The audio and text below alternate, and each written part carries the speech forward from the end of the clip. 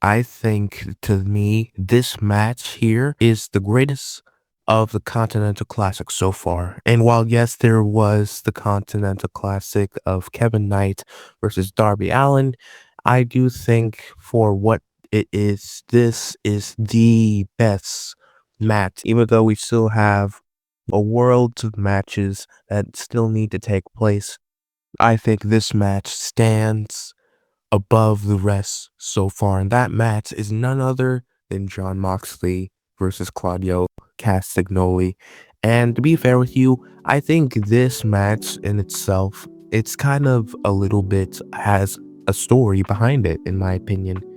The story of Kazuchika Okada taking on Tenosuke Takeshita is obviously what they're playing at here because they've been feuding. And while yes, I do still want to see that, and I'm being a very, very patient man on behalf of waiting for it to all to culminate down into that moment. I think for the Continental Classic, or at least for this match, it has a bit of story behind it because for Claudio, he's been in every single Continental Classic thus far, and truth be told, I think in the last one, if not for Commander, he probably would have been able to reach the semifinals. What this match to me represent was Jon Moxley's fall from grace, because I feel like ever since he has lost that World Heavyweight Championship, he has had some occasional wins, but those major wins that he needs have been all but failed attempts. If anything, he had one at Wrestle Dream, he had one against Kyle O'Reilly, and he had one against Kyle O'Reilly again. And starting to see John as the man who is starting to lose his rise from the top.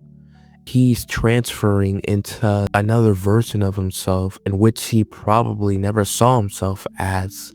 And I feel like his loss to Claudio here is probably showing signs of that, along with the other losses that I previously mentioned. I know that the main story, or at least the main story that people are talking about, is definitely Okada and Kanosta Takeshita.